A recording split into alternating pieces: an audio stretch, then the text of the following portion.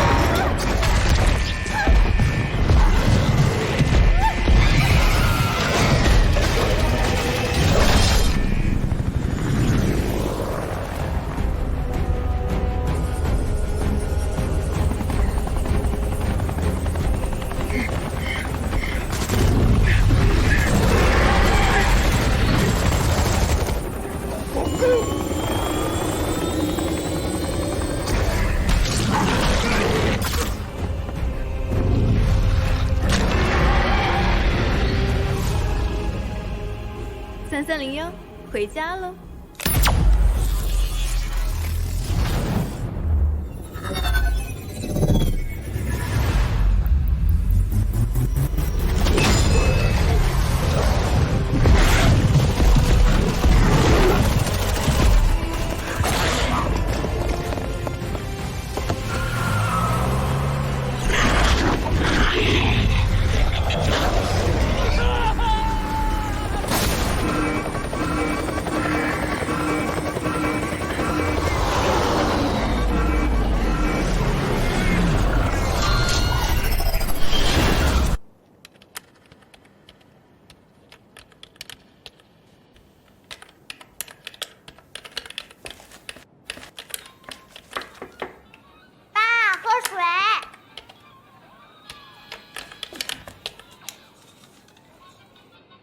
薛老师，这是我通过基因编辑技术反向研发的典型靶向基因药物，主要成分是微型纳米智能，目的能有效修复小型哺乳类动物的病损碱基对，病伤修复还原率可达99.99%以上，极为精准。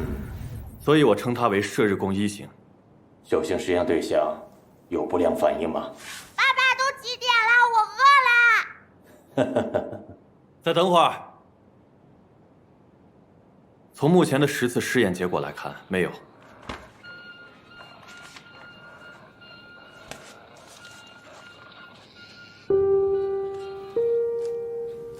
活体实验样本3301和3302通过基因编辑改造，不但体型会变大，神经也会变得异常敏感。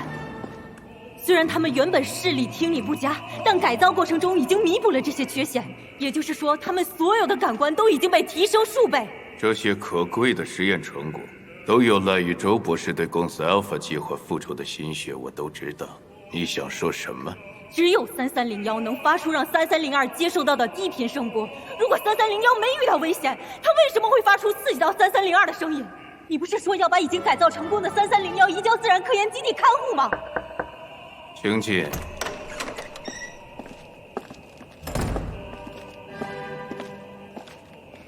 头，都是自己人，说。什么时候会用在人体身上啊？由于人体……爸爸，我饿死了。茶几上有薯片，你先吃点。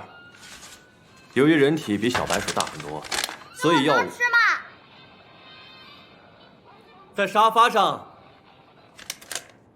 不好意思，薛老师，我们继续啊。由于人体比白鼠大很多，所以药物的纳米智能剂量也必须几何倍增加，否则会面临免疫排斥、修复无效等问题。接下来我会在大型哺乳动物的身上做实验。那好，今天就先到这里，等你的好消息。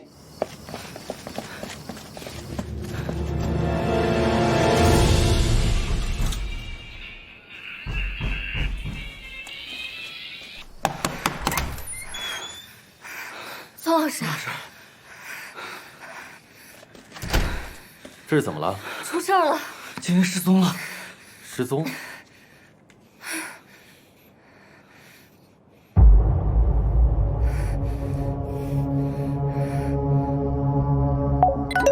没想到镇定剂这么快失效，估计是因为枪声的刺激，3301才。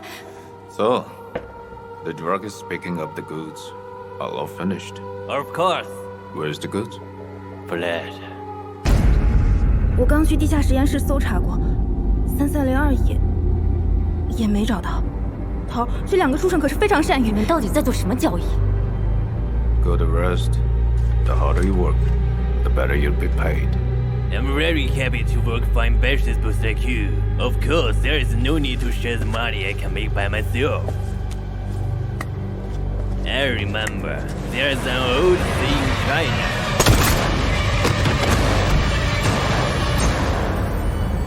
过河拆桥，连个畜生都看得出。废物！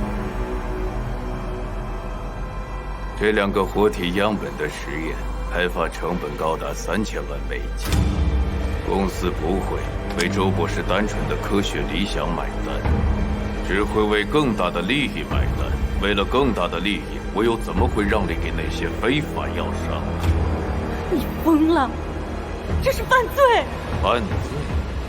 周博士真是贵人多忘事。卡斯到地处公海，这里所有生活配套设施都少不了我们火种科技的资助。再大的事，我都罩得住。你先别急，我刚收到消息，你前夫宋教授的学生失踪了，很可能和这2个逃脱的活体样本有关。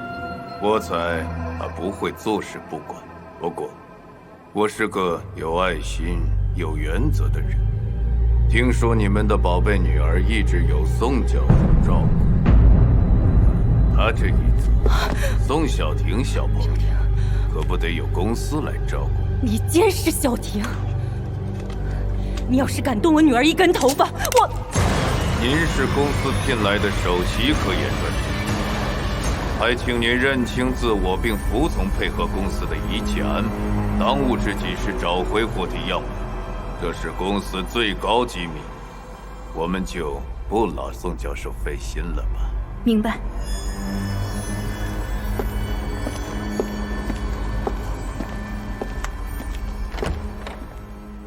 小婷啊，爸爸出去一下，马上就回来，好吗？你不是说好晚上要带我去吃披萨吗？是啊，那你不是吃薯片了吗？你还说晚上要给我讲童话故事呢，美女野兽还没讲完呢。你还说带我去游乐场呢。去，一定去。来，阿够。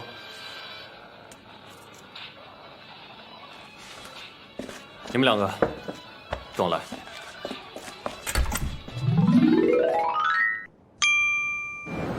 In terms of technology, it has great importance to the protecting of rare wild animals. Through cutting-edge technology, we help the reproducing of endangered wild animals. Adhering to the corporate philosophy of belief in nature and gratitude to reward, we are committed to using technology to protect nature and maintain the diversity in the whole area.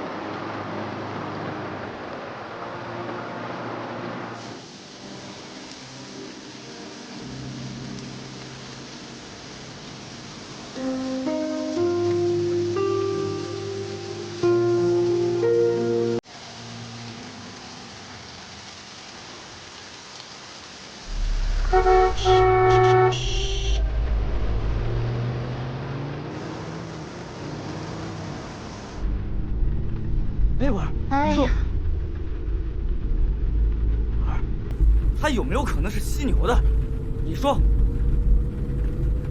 你们暑期的生态研究报告都写的怎么样了？我们写的，我看你们来岛上光研究怎么玩了吧？怎么可能？宋老师，我研究的课题可是论视频都可以造假。照片上那个脚印，你确定是真的？宋老师，金一真的出事了啊！这么大的事，我们可不敢乱开玩笑。报警了吗？报了，报了，但打不通。最好不是玩笑。如果让我发现是你们俩搞鬼，暑期生态研究报告再给我多开2个选题。哎，我怎么感觉老苏他好像是希望金一出事儿似的？你说什么？啊，他说，宋老师暑假光忙着工作，也该多照顾照顾小婷了吧？哎，对。要不咱们还是讨论讨论你们的生态研究报告，好吗？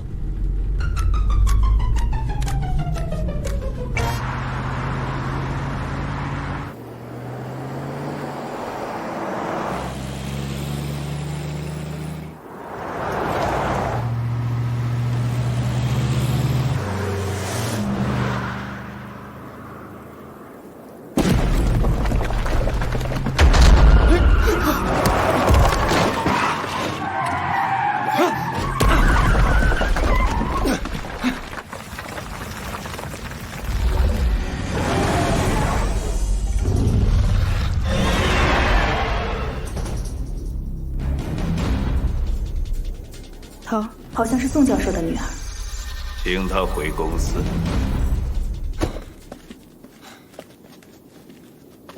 不会吧？偏偏这个时候山体滑坡？山上植被茂密，怎么会平白无故山体滑坡？放心吧，宋老师，我来换台。我去看一下。行。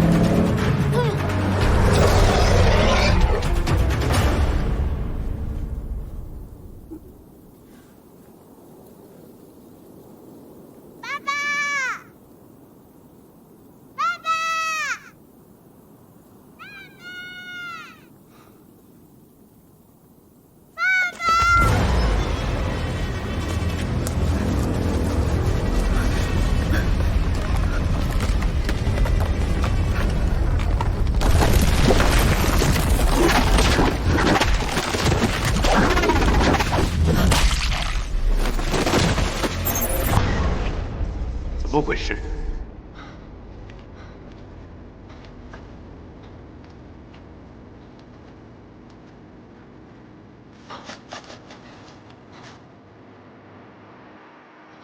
小婷，小婷，小婷，小婷，宋老师，一定是小婷趁我们不注意，溜进后备箱了。小婷。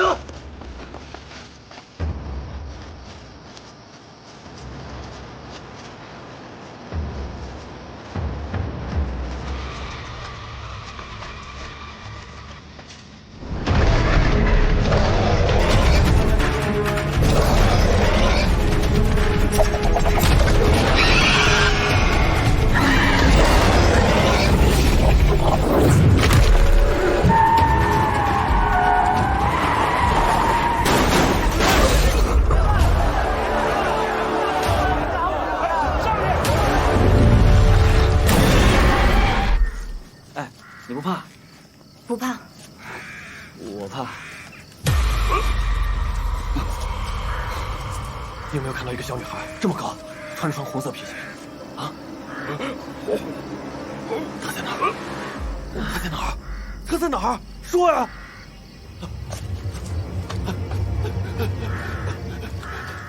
你把她带哪儿去了？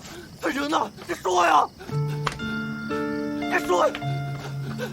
宋老师，宋老师，你说，你说呀！宋老师，宋老师，宋老师。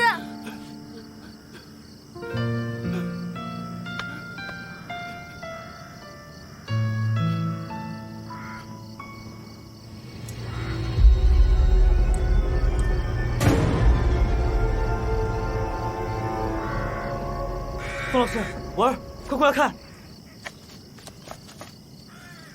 宋老师，这回总该亲我了吧？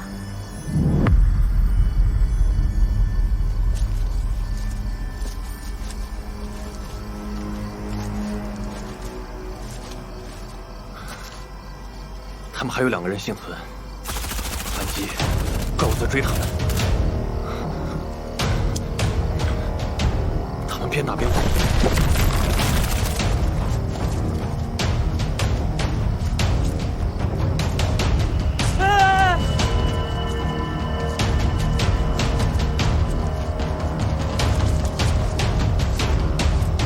这里2人稍作停留，其中1个人就被拖走了。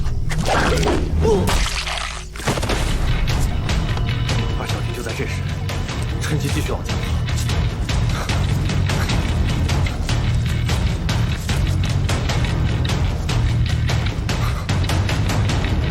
到这里，小婷遇到了蛇。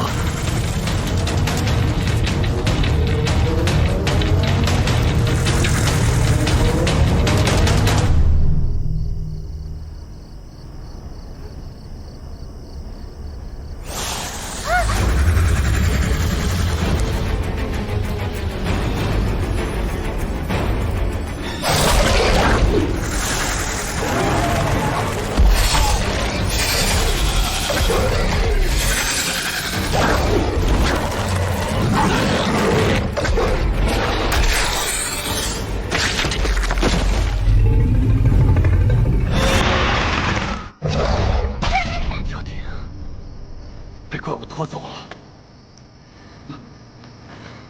洞穴周围没有血迹。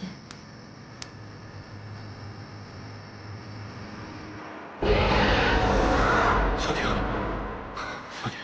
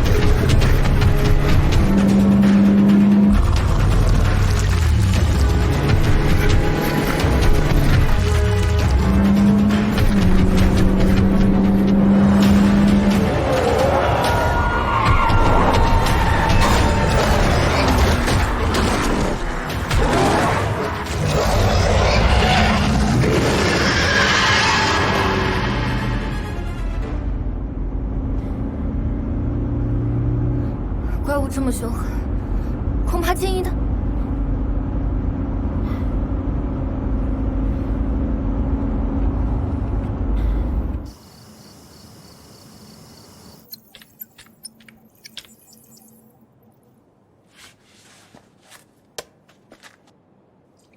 早就听说卡兹通讯里都是科技大牛，没想到你是那维修部的舆情主任。来，小宝喝水。我们接到通知说，全岛安保系统遭病毒入侵，已经瘫痪，安保内部技术人员无法解决，这才请我们出面。去年报道说，在火种科技的资助下，本岛安保系统已实现自动化、智能化全面覆盖。除了重要岗位外，本岛的警力已全部由人工智能代替。怪不得报警电话一直没有人接。我们检查过了，入侵安保系统的病毒无法彻底清除，只有格式化重启全岛的安保系统主机，这样才能解决问题。但是主机在潘安山顶上，所以我们才连夜往山上赶，却没有想到重启主机恢复安保系统要多久？24小时。太久了，怪物的潜在危害太大，必须尽快解决。从怪物脚印可看出，怪物有前后4足，前小后大，前足爪长，第3爪最长，后足有5指，长有强爪。而怪物的步行方式既能4足爬行，又能双足奔袭。你们觉得是什么动物？某种鳞甲目生物。不可能，这类动物性情温顺，怎么可能会攻击人？叔叔，是恐龙吗？其实它是好恐龙，不是坏恐龙。我猜怪物攻击人是有原因的。起初怪物只是跟在我们车后面，直到我的同事扔东西驱赶它，它才发怒杀人。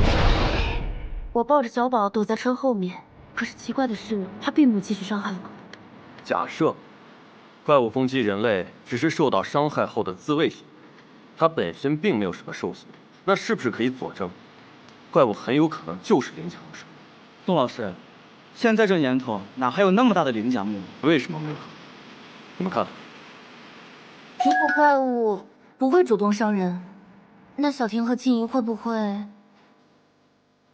啊，公司派车来接我了，我还要去重启主机。于准，如果潘山有什么新情况，随时跟我联络。好。为什么阻止区区一个大学教授，会折了我们3个弟兄？我们遭遇了活体样本。那为什么不把他带回来？因为他出现的太突然，我们又没什么准备，所以不但让他逃了，而且宋小婷也没抓着。虽然我心软，可耐心也很有限。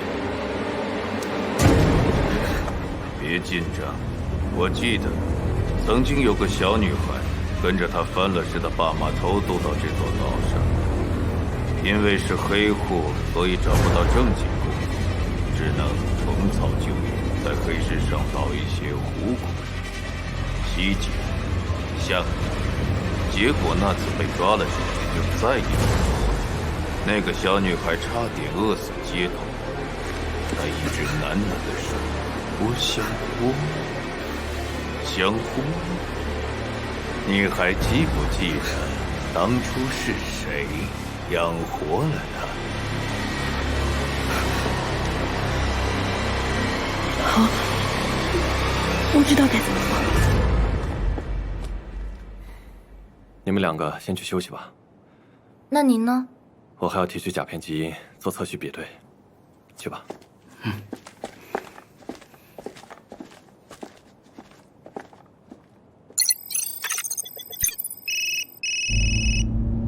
接下来你有个任务。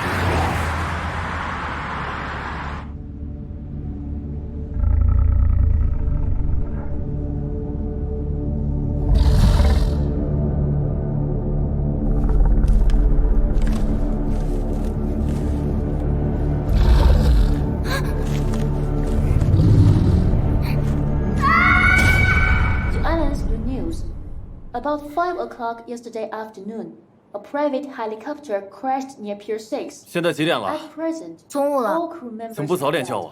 昨晚看您没怎么休息，这不是想让您多睡会儿吗？Component failure was the main cause of the accident. Nearly 23 o'clock last night, a landslide occurred on the mountain road of Pan. 分析结果出来了，从其原始基因序列来看，可以肯定的是，怪物就是鳞甲目动物，也就是穿山甲。没错，它的基因序列显然是受人为强制干预，被重新编辑过。不但形体发生巨变，就连原本不发达的视觉、听觉缺陷也得到了质的改善。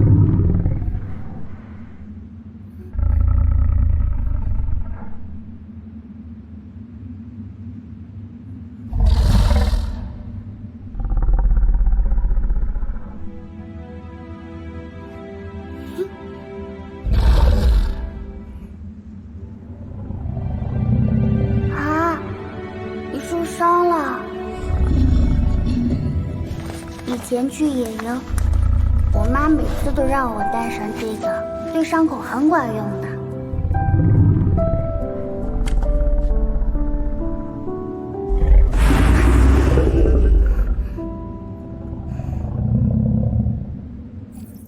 基因编辑，加上昨晚攀山上出现了火种科技的人，那穿山甲会不会跟周老？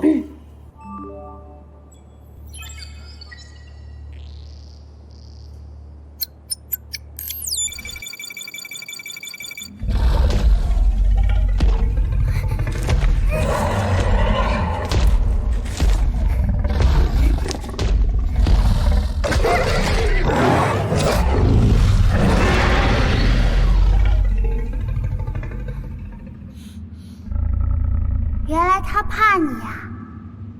我爸以前也挺怕我妈的，可自从我妈走后，我爸就像变了个人，只知道工作，都不太管我。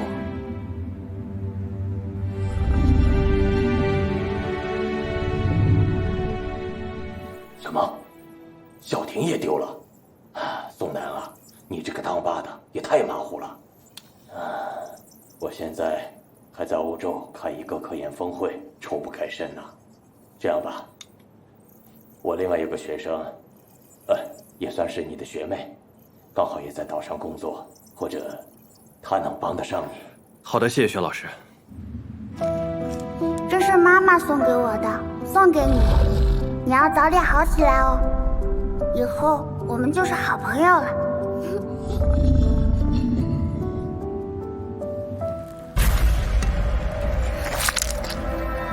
信仰自然，感恩回馈。信仰自然，感恩回馈。信仰自然，感恩回馈。不疼吗？疼。能觉得我还活着。等会儿记得涂。不用。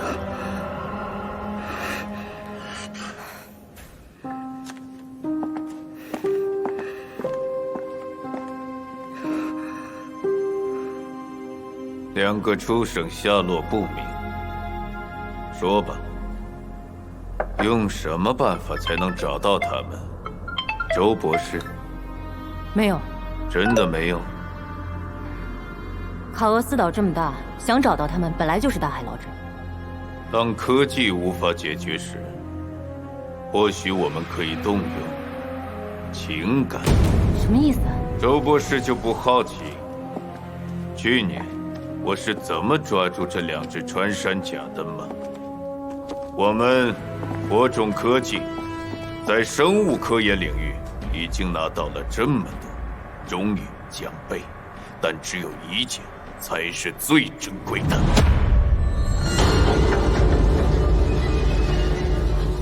你竟然……我竟然在去年捕猎时先抓到了他们的孩子。穿山甲一胎只生一只，孩子丢了，做父母的肯定着急。果然，没多久他们就循着孩子的叫声找过来了。为什么要伤害他们的孩子？穿山甲是全球珍稀野生动物，数量少之又少，市面上完整的成年穿山甲标本都价值不菲，更何况是幼崽的。不，这不是标本，是自然界的艺术。所以我叫人录下了这只小穿山甲临死前动听的哀嚎。这次我们体面的把录音放出去，我不信那两个畜生不出来。里面，明白吗？塔利亚美食街一直暗中售卖穿山甲肉，公司可安排大功率播放保护野生动物的电视广告，中间适当加入穿山甲幼崽的叫声，这样既可以宣传公司形象，又能……就这么办，让弟兄们做好准备，随时待命。万一他们到街上伤人，那就……说实话，我可不知道他们身上的鳞甲。他们的攻击性越高，公司的投入越有价值。如果周博士想带他们活着回家，不如等会儿跟我一起去。静怡和小婷只要一天没找到，我们就……说明他们还有活着的可能。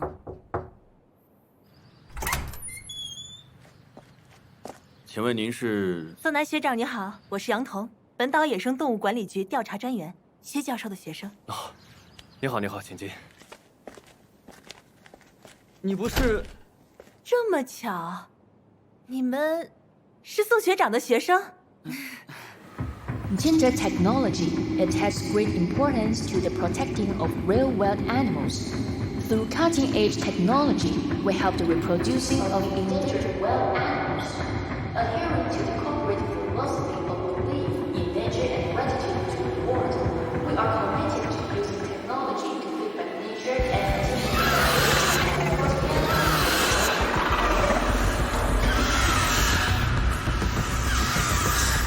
那是你们的宝宝吗？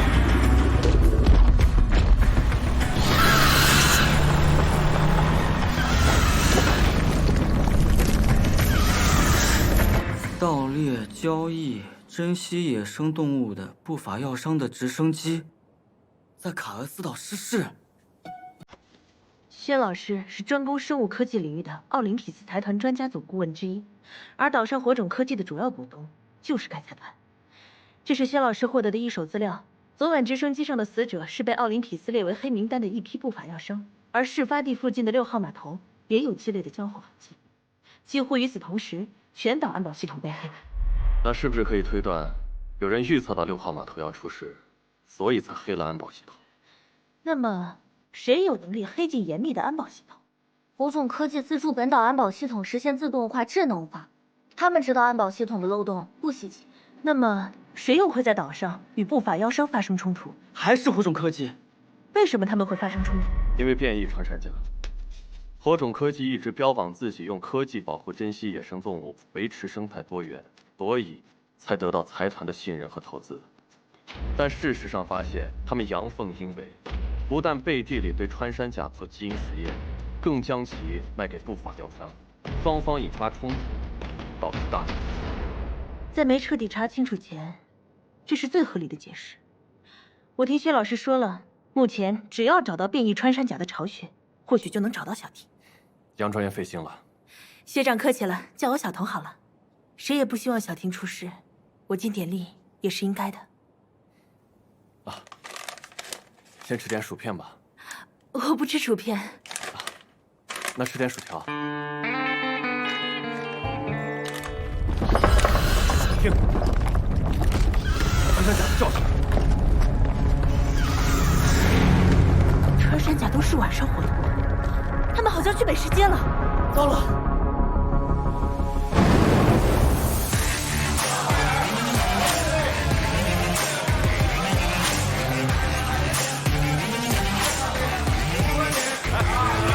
先生慢用。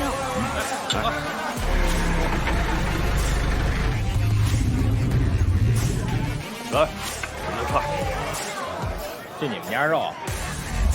穿山甲珍贵特质，吃了能活血化瘀，还能提高那个功能。哇！行，现在这边还有成这样的，老哥，对不对？我这合个影，来，小哥姐合个影，多少钱？这我估计一晚上都不要钱。哥赏你的，给你吃个串，来，尝。特别香哎！呀，给个面子啦！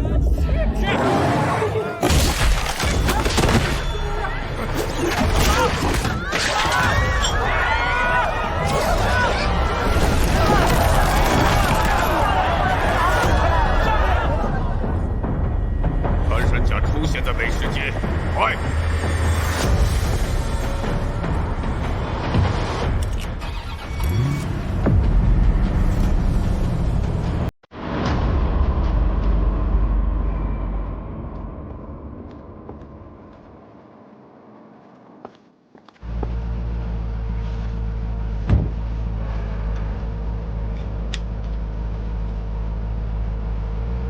里面装的是什么？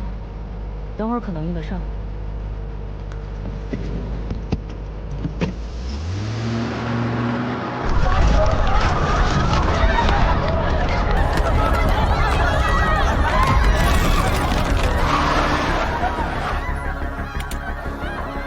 你留下。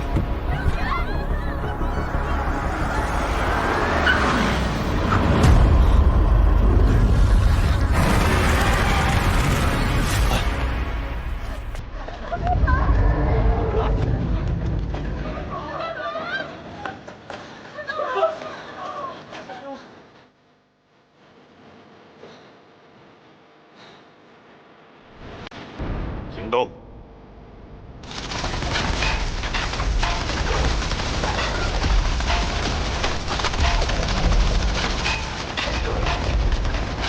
别乱叫！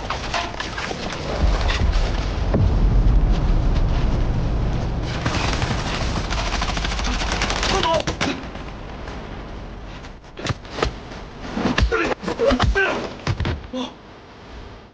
宋老师，第一，掌握人体结构弱点是生物学基础知识；第二，学校的跆拳道社可是我读书时创办的。走。蛋白质？啥？穿山甲爱吃富含蛋白质的食物。走。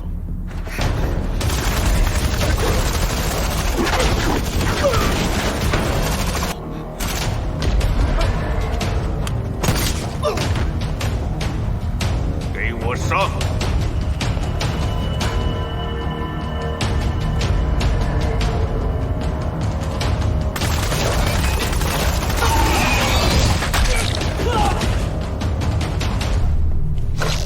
宋老师，你们先找个地方躲躲。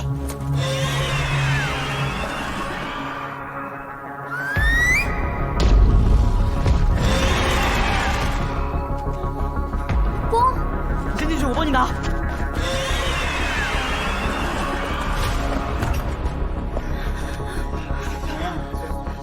怎么样？怎么办？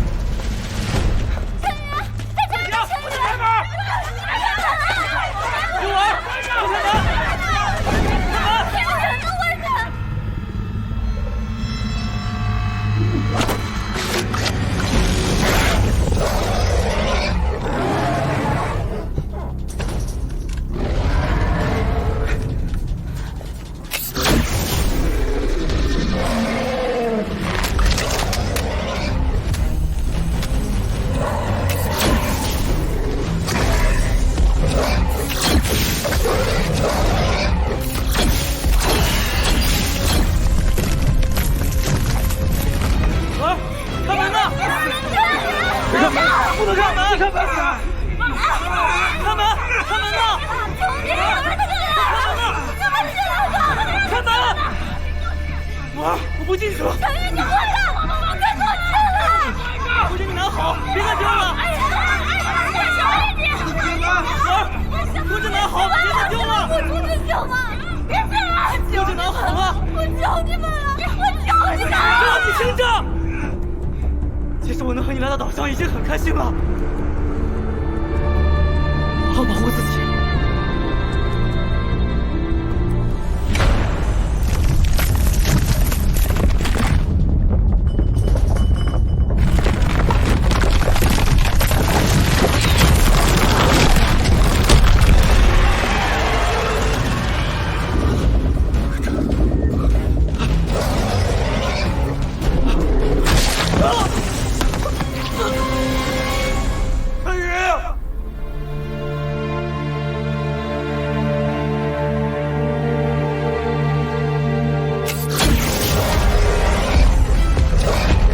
现在他们的鳞甲相当于3公分厚的钢板，可不是你这普通弹药就能解决的。难道他们没有弱点？支援！支援！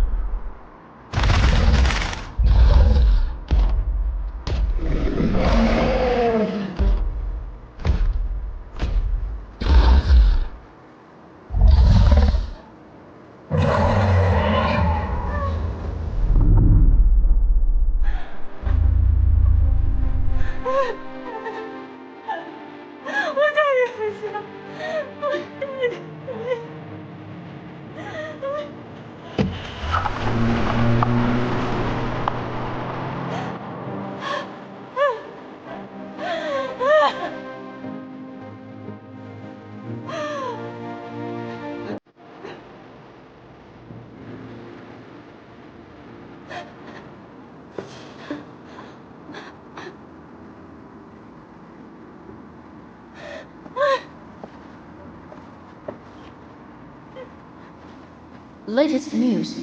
It is reported that a serious identified biological attack occurred at the food train at about 17 o'clock this afternoon.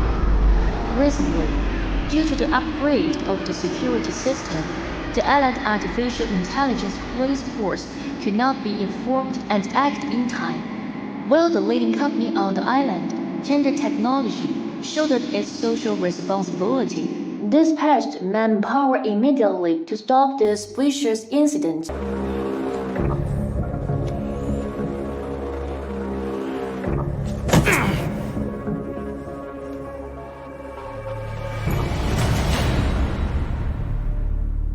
雌性变异穿山甲的尸体我已经移交局里，他们会妥善处理。可是岛上的山洞暗道错综复杂，可能是穿山甲的巢穴就有200多个。那只雄性穿山甲不好找。如果3301不会主动攻击人，我们是不是可以不用带武器？太冒险。就我掌握的情况来看，经过基因编辑之后，他们的神经系统已经变得异常敏感，更何况是一只遭受连番变故的变异穿山甲。用镇定剂？火种科技的实验室被毁，镇定剂也……你用的镇定剂成分？右美托密定。简单粗暴，时效30分钟。那你这和医用 ICU 镇定剂有什么区别？那请问宋教授，你有什么更好的方案？这是共一型。什么？靶向基因药物。主要成分微型纳米智能。精准修复并损碱基对。你研制成功了？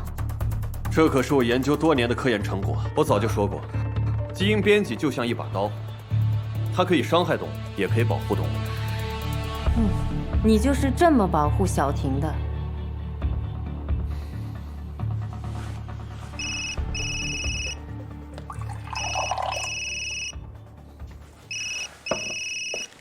周老师，来。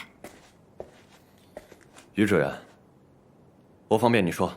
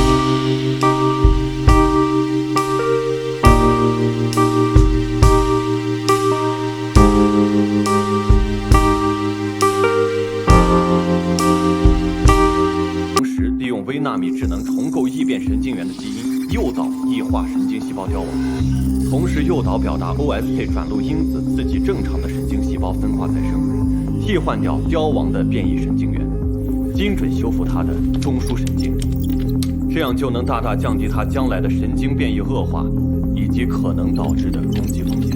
理论上成立，但是穿山甲这一睡实际上相当于宕机。对啊，风险就在于这种药物我还没有在大型哺乳动物身上做过实验。朱倩，你保管一直备用。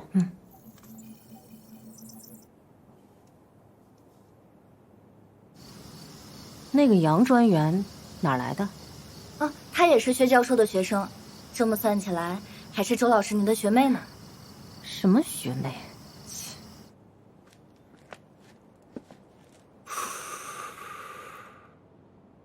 怎么了？学长心里是不是还放不下周博士？怎么可能？我看得出来，在美食街的时候，学长率先去帮的还是周博士。可有件事，周老师，您现在是不是还挺在乎宋老师的呀？我在乎他干嘛？你说。虽然周博士是您的前妻，可他毕竟是火种科技的人，连他使用的非视域成像系统都是套用火种科技的。我担心他会不会是塞缪尔安插的眼线。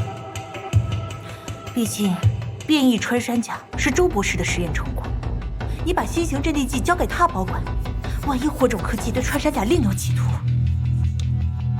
一会儿的行动会很危险，安全起见，你留下吧。好。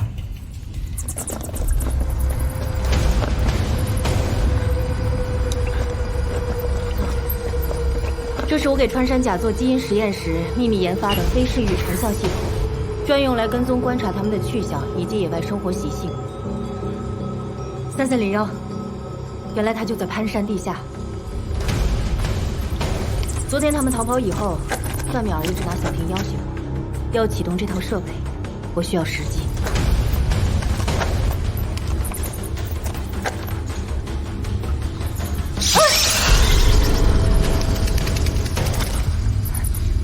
可是据我所知，那里是很久以前人工凿出来的巨大洞穴。他们为什么？他们体态庞大，自己挖的洞，如果不经过特意加固，很容易坍塌。住在牢固的人工洞穴里，才是最优解。更关键的是，我们如何在避免遭受攻击的情况下，从3301眼皮底下救小婷？周倩，我们继续往里面走。我去负起埋伏，以防万一。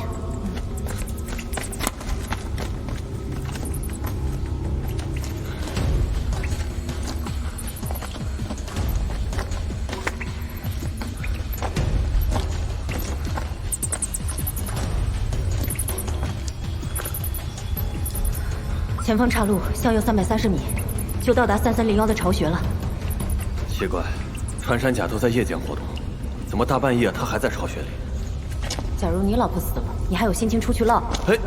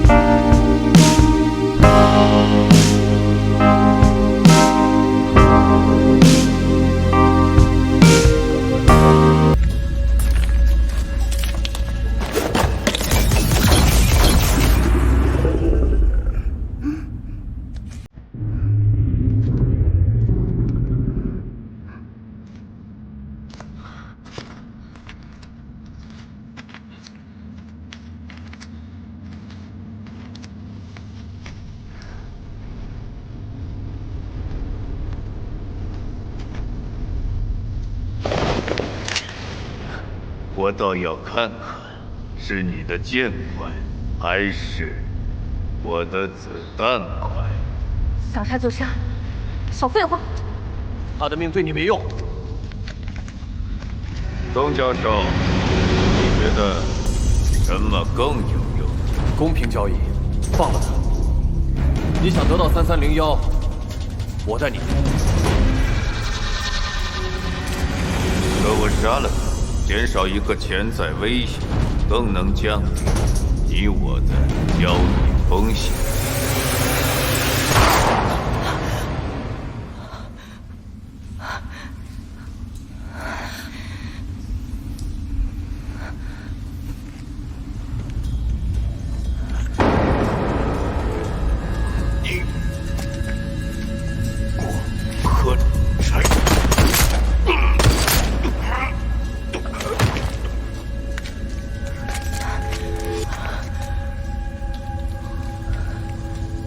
杨专员，学长，说多少遍了，叫我小童就好。看来我猜对了，周博士是火种科技安插的眼线。这些人都是你引来的吧？刘文，把枪交出来。学长，这是什么意思啊？交出来吧。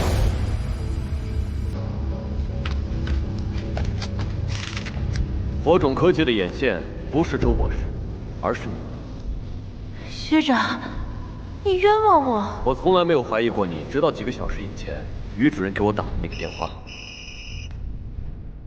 宋教授，小宝他爸的电力作业船出海辐射海缆，今早打捞上了一只大油桶，没想到油桶里竟然是个年轻女孩的尸体。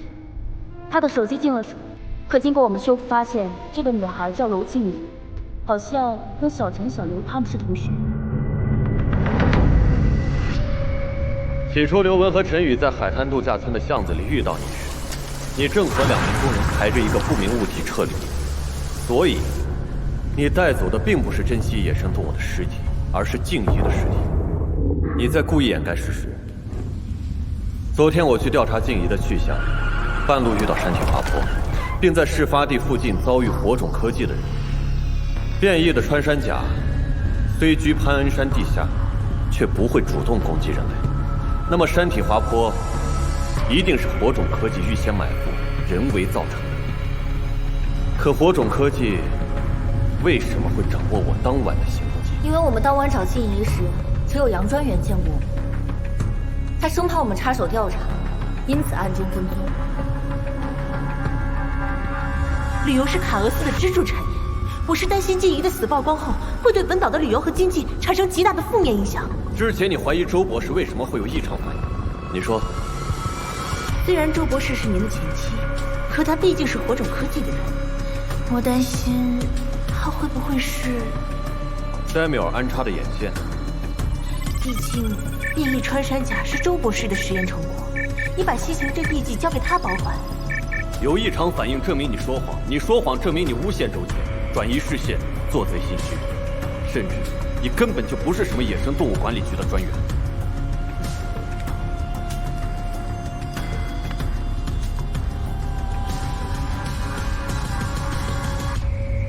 别还作何解释？为什么要杀害塞米尔？他得罪奥林匹斯，我有权接管火种科技。你的野心不小，薛老师真的是看走了眼。你们2个先带他去报案。可是，我去找小婷。你一个人去太危险，我跟你去。相比3301，这个女人更危险。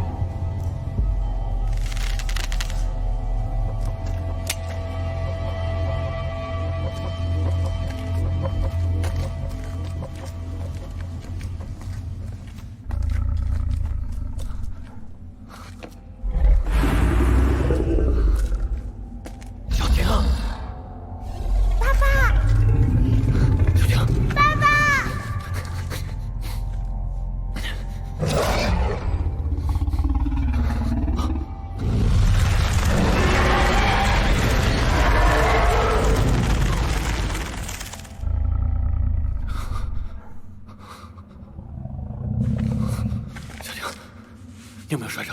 有没有受伤？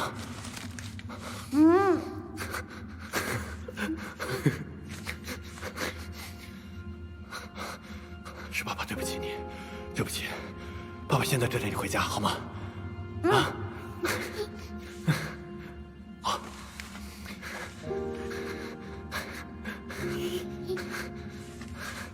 来，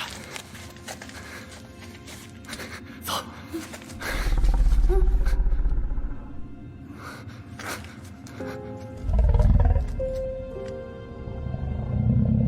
那我回家了，我们永远都是好朋友。你在家要乖乖的哦。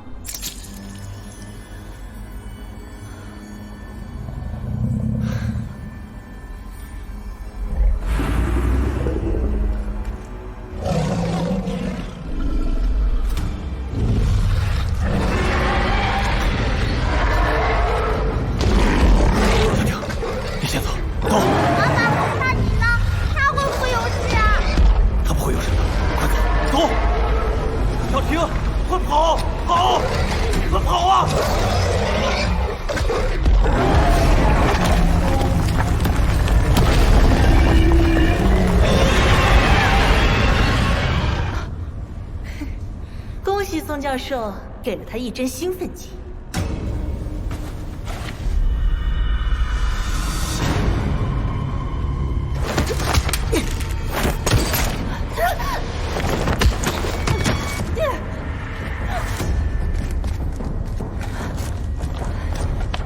你怎么样？走。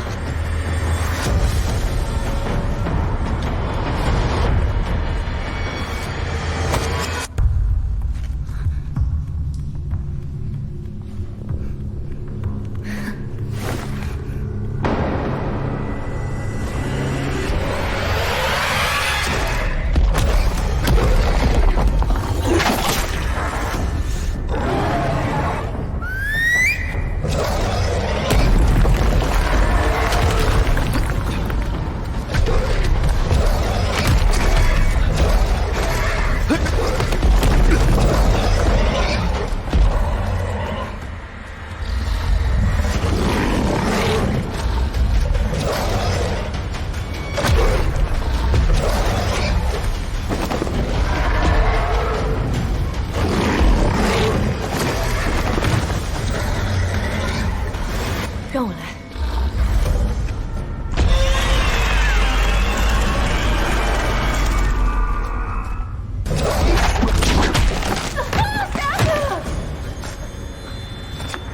没事吧？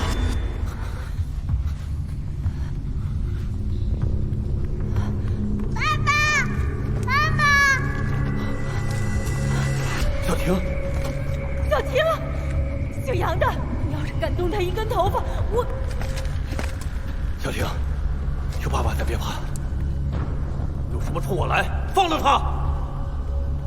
没想到吧，我也有意识。制服个畜生，哪需要什么镇定剂？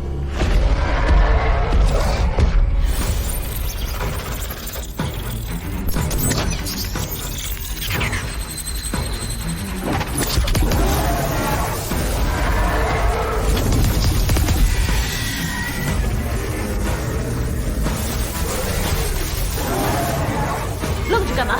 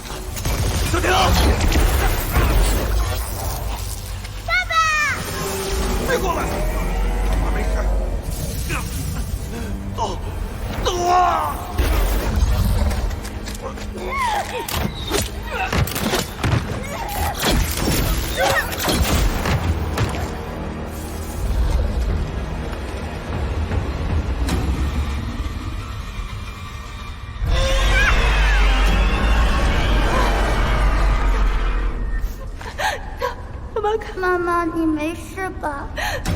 好，妈妈没事。